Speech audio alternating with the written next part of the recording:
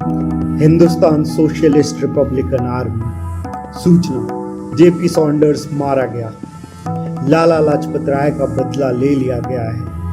वास्तव में यह कल्पना भी भयानक है कि एक सामान्य पुलिस अधिकारी जेपी सॉन्डर्स जैसे नीच और हिंसक व्यक्ति का हाथ 30 करोड़ हिंदुस्तानियों द्वारा पूज्य, श्रद्धेय और प्रिय एक वृद्ध के शरीर को इतने अपमानजनक ढंग से छूने का साहस कर सका और इस प्रकार उनकी मृत्यु का कारण बना। भारत के राष्ट्रत्व के मस्तक पर पड़े इन प्रहारों ने भारत की युवा शक्ति और पुरुषार्थ को ललकारा है और संसार को यह जान लेना चाहिए कि भारत अभी जीवित है, कि युवाओं का रक्त पूरी तरह से ठंडा नहीं हुआ और यदि उनके राष्ट्र का सम्मान खतरे में हो तो वे आज भी अपने प्राणों की बाजी लगा सकते हैं। और यह सिद्ध कर दिया गया है इस कार्य से उन गुमनामों द्वारा जो सदा अपने ही लोगों द्वारा सताए गए, अपमानित किए गए और निंदा के पात्र बने रहे। एक शोषित और दबे कुचले राष्ट्र की भावनाओं को आहत मत करो। ऐसी राक्षसी हरकत को अंजाम देने से पहले 2 बार सोचो और याद रखो कि आर्म्स एक्ट और हथियारों की तस्करी पर कड़ी निगरानी के बावजूद रिवॉल्वर आते रहेंगे। यदि आज सशस्त्र विद्रोह के लिए पर्याप्त नहीं तो भी राष्ट्रीय अपमान का बदला लेने के लिए तो पर्याप्त है ही।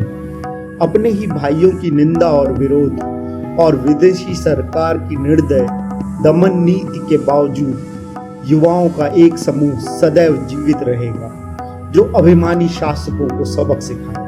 वे इतने साहसी होंगे कि विरोध और दमन के तूफान के बीच फांसी के तख्ते पर खड़े होकर भी पुकारेंगे, इंकलाब जिंदाबाद। एक मनुष्य की मृत्यु के लिए खेद है, परंतु इस व्यक्ति के साथ ही एक ऐसे संस्थान का प्रतिनिधि भी मर गया है जो क्रूर, नीच और अधम है और जिसे समाप्त कर देना चाहिए।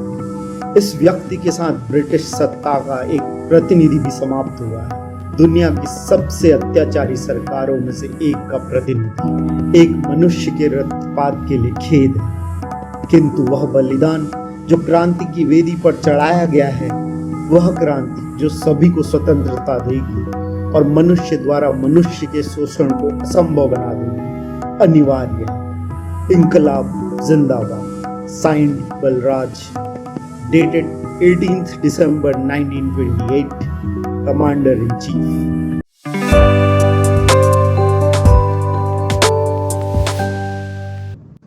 Hindustan Socialist Republican Army.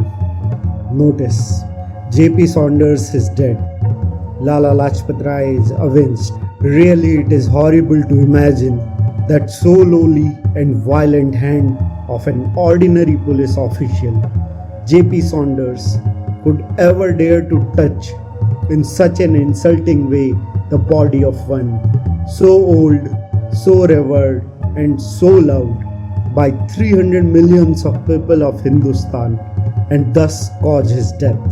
The youth and manhood of India was challenged by blows hurled down on the head of the India's nationhood, and let the world know that India still lives, that the blood of youths has not been totally cooled down, and that they can still risk their lives if the honor of their nation is at stake. And it is proved through this act by those obscure who are ever persecuted, condemned, and denounced even by their own people. Beware, ye tyrants, beware. Do not injure the felling of a downtrodden and oppressed country. Think twice before perpetrating such diabolical deed. And remember that despite Arms Act and strict guards against the smuggling of arms, the revolvers will ever continue to flow in. If not sufficient at present for an armed revolt, then at least sufficient to avenge the national insults. In spite of all the denunciations and condemnation of their own kiths and kins, and ruthless repression and persecution of the alien government, party of young men will ever live to teach a lesson to the haughty rulers. They will be so bold as to cry even amidst the raging storm of opposition and repression, even on the scaffold. Long live the revolution.